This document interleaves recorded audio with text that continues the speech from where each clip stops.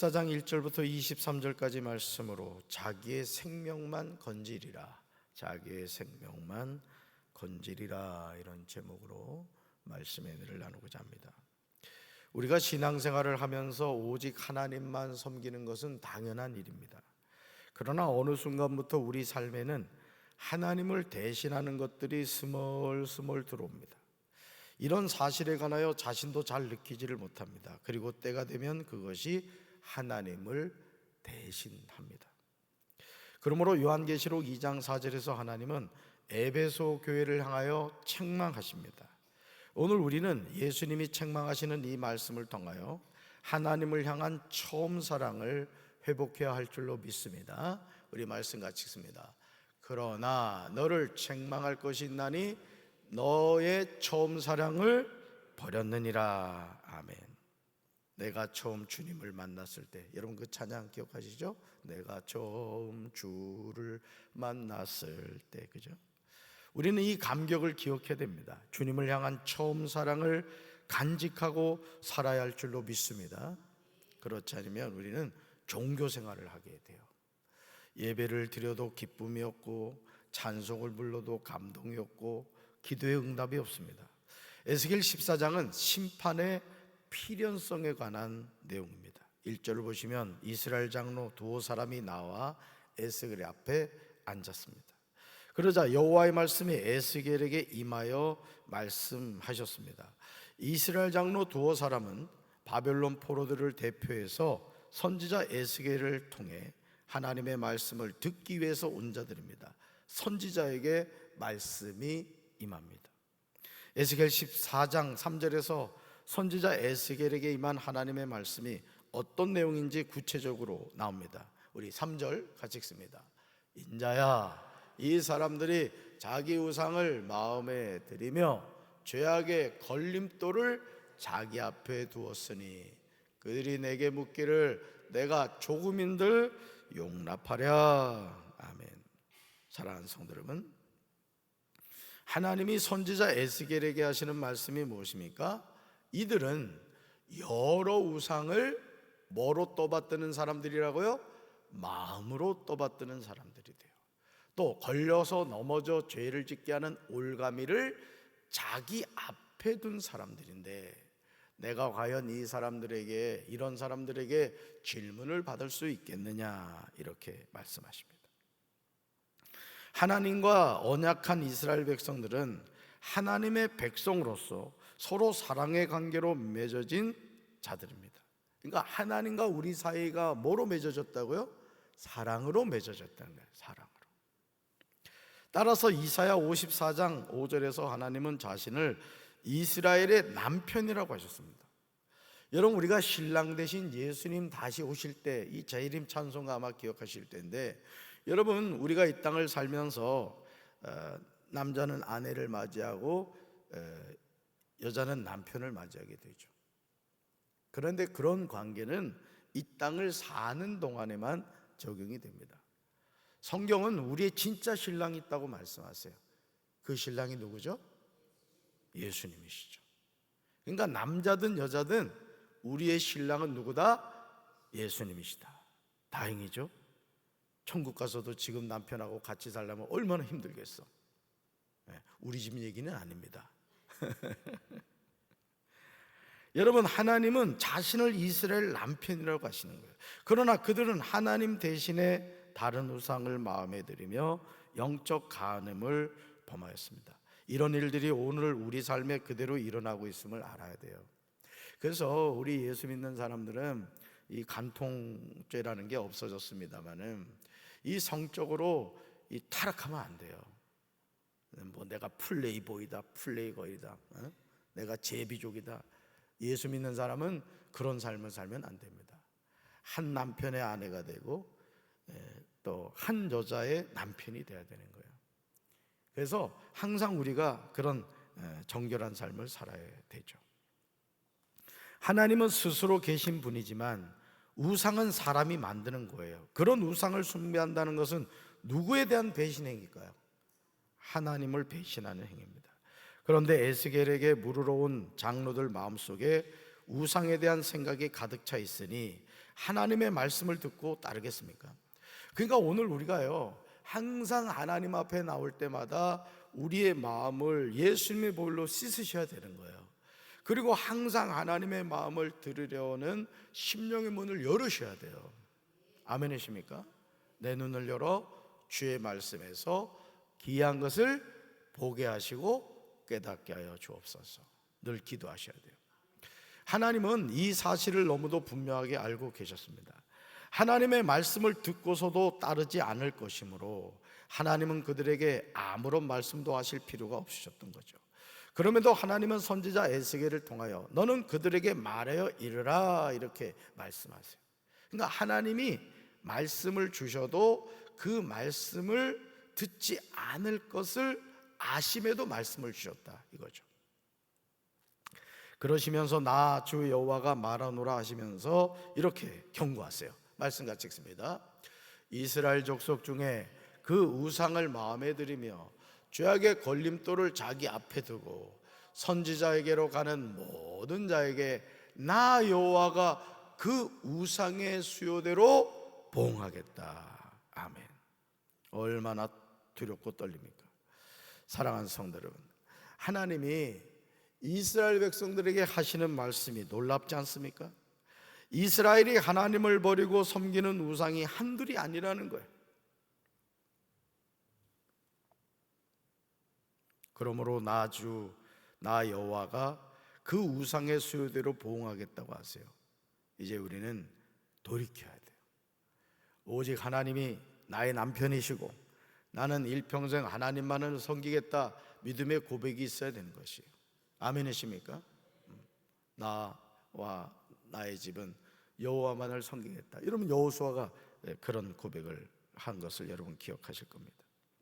에스겔 14장 5절에서 하나님은 에스겔을 통하여 하나님을 버리고 우상을 섬기는 이스라엘 백성에게 이렇게 말씀하세요. 우리 5절 같이 읽습니다. 5절 이는 이스라엘 족속이 다 그 우상으로 말미암아 나를 배반하였으므로 내가 그들이 마음먹은 대로 그들을 잡으려 함이라. 아멘. 여러분 저다 밑줄 그으세요.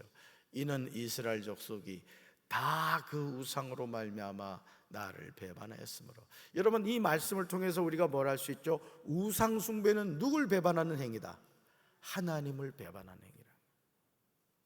남편인 하나님을 배반하는 행위라는 거예요.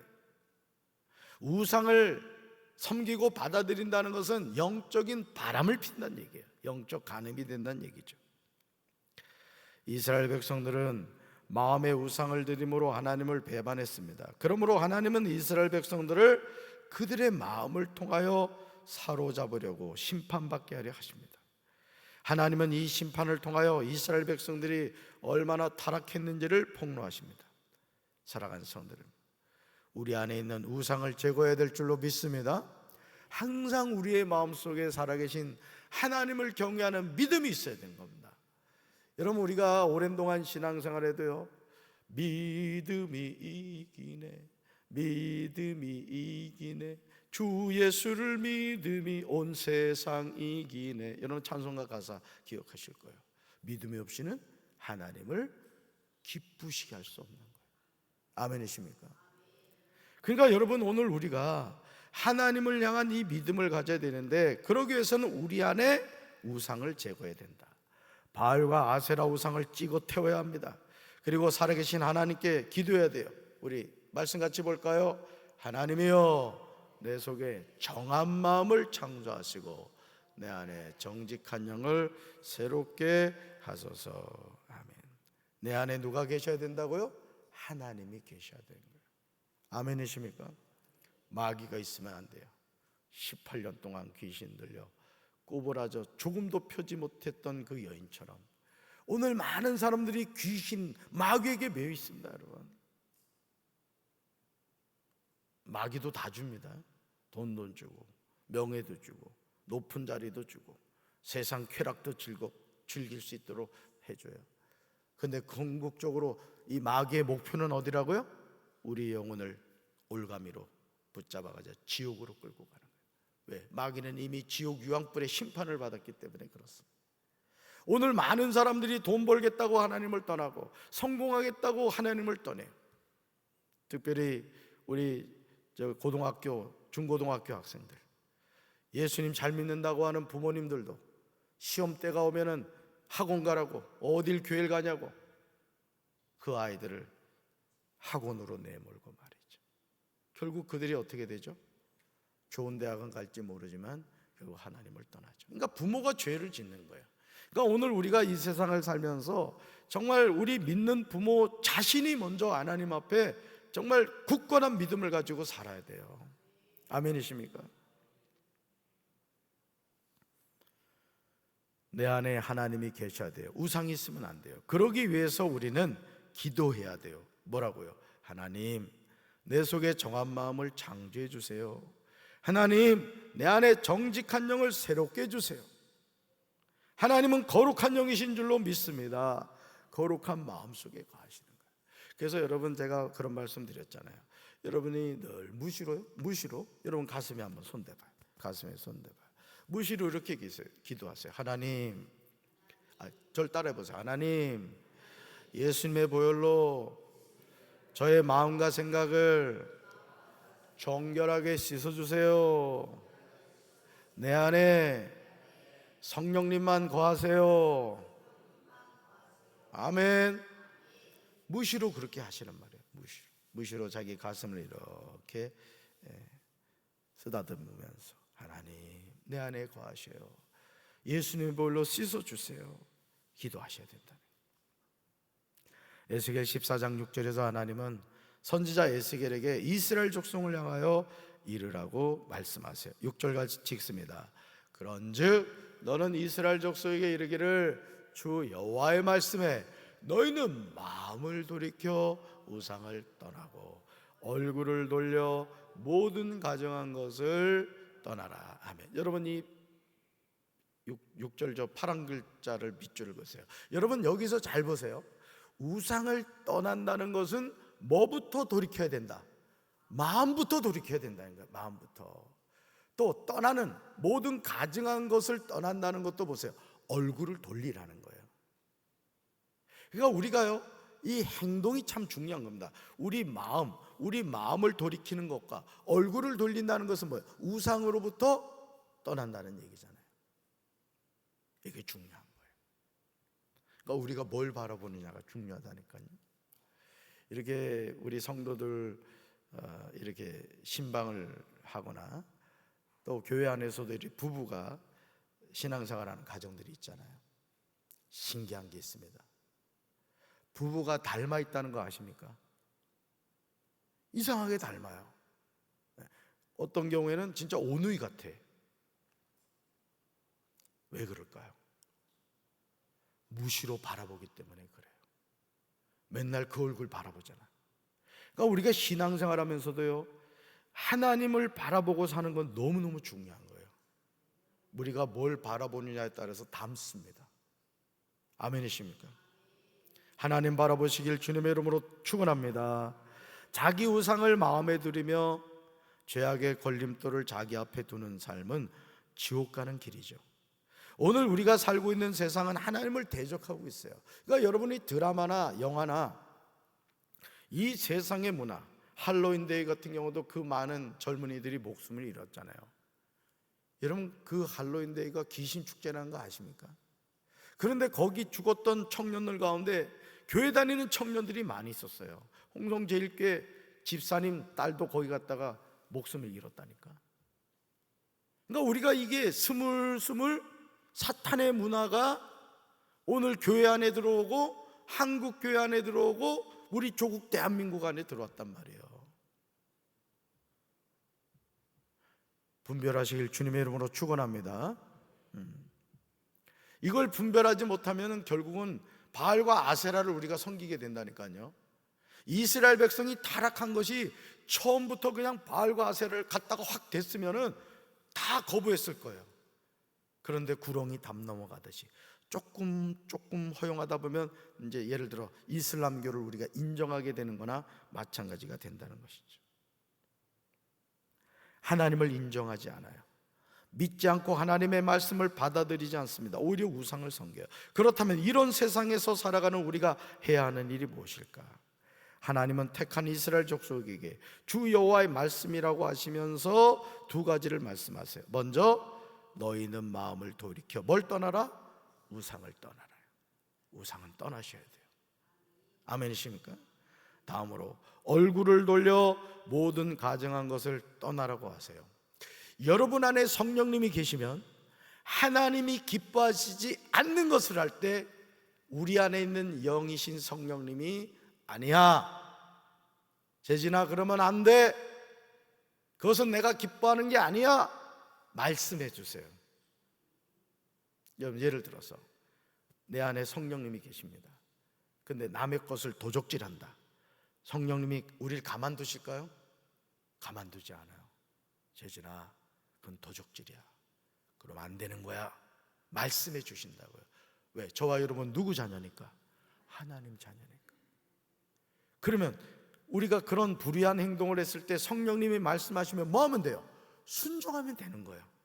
근데 그것을요, 한 번 거부하고 두 번 거부하고 나중에 영적 화인을 맞게 되면 더 이상 성령님이 함께 하시잖아요. 삼손을 떠난 여호와 영이 떠나버렸듯이, 사울 왕에게서 여호와 영이 떠나버렸듯이 우리도 그렇게 된다는 것이죠. 오늘 우리에게 이런 믿음의 결단이 필요한 줄로 믿습니다. 그렇지 않으면 우리는 하나님과 무관한 삶을 살게 되는 거예요. 하나님이 주신 기회를 선용하지 않을 때 하나님은 그 기회를 거두어 가신다는 거예요. 여러분, 에스겔 14장, 자 동그라미 쳐보세요. 14절, 또 16절, 18절, 20절 이 말씀이에요. 14절, 16절, 18절, 20절. 우리 14절 말씀을 읽습니다. 동일한 말씀이에요. 같이 읽습니다. 비록 노아, 다니엘, 욥 이 세 사람이 거기에 있을지라도 그들은 자기의 공의로 자기의 생명만 건지리라. 나 주 여호와의 말이니라. 아멘. 노아, 다니엘, 욥은 타락한 세대에서 의로움을 지켰거나 환난 가운데 의로움을 지킨 사람들이에요. 여러분, 왜 하나님이 노아에게 방주를 만들라고 하셨죠? 사람들의 죄악이 관영한 것을 하나님이 보신 거예요. 더 이상 소망이 없다는 사실을 깨닫게 되신 거예요. 그래서 어떻게 해요? 하나님이 물의 심판을 하시겠다고 계획하신 거예요. 그래서 방주를 만들죠. 여러분, 누구만 구원받았어요? 노아의 8식구만 구원받았어요. 그래서 배선자에 보면 8팔자가 있고 저 배주자가 있죠. 8명만 구원받았다. 놀랍지 않습니까? 오늘도 마찬가지예요. 잘 들으세요. 천국 많이 가지 않아요. 노아의 방주에 노아의 8식구만 탔다니까요. 오늘 새벽기도 나오신 여러분들은 꼭 천국 가시기 바랍니다. 항상 영적으로 깨어 있어야 돼요. 마귀는 부지불식간에 우리 영혼을 지옥으로 끌고 갑니다. 그러므로 하나님 앞에서 구원은 각 개인이 받는 거예요. 각 개인이. 부모님 신앙이 좋다고 자녀가 구원받습니까? 남편이 기도 많이 한다고 아내가 구원받아요? 아니에요. 아무리 금술이 좋아도 구원의 문제는 각자입니다. 각자. 저는 여러분들이 가정의 파수꾼이 되셔서 여러분으로 말미암아 가정이 인가기도 되기를 주님의 이름으로 축원합니다. 끝까지 하나님만 바라봅시다. 하나님이여, 내 안에 정한 마음을 창조하시고 정직한 영을 새롭게 해달라고 날마다 기도하고 예수님의 보혈로 씻김 받고 우리의 바라보면 천성을 향하여, 표대를 향하여 그리스도 예수 안에서 부르시는 부름의 상을 향해 달려가는 우리 사랑하는 성도들 되기를 주님의 이름으로 축원합니다. 가슴에 손 얹겠습니다. 사랑의 주님, 오늘 우리가 살아가는 이 세상, 자기 마음의 우상을 드리며 죄악의 걸림돌을 자기 앞에 두고 살아가는 인생들이 얼마나 많습니까? 오늘 우리가 예수 그리스도의 이름으로 구원받은 하나님의 자녀로서 예수님의 보혈로 날마다 씻김받게 하시고 신랑 되신 예수님을 맞이하기에 부족함이 없는 거룩한 신부가 되어 날마다 우리가 등불과 기름을 준비하는 슬기로운 다섯 처녀가 되게 도와 주시옵소서. 예수님 이름으로 간절히 축복하며 기도합니다. 아멘.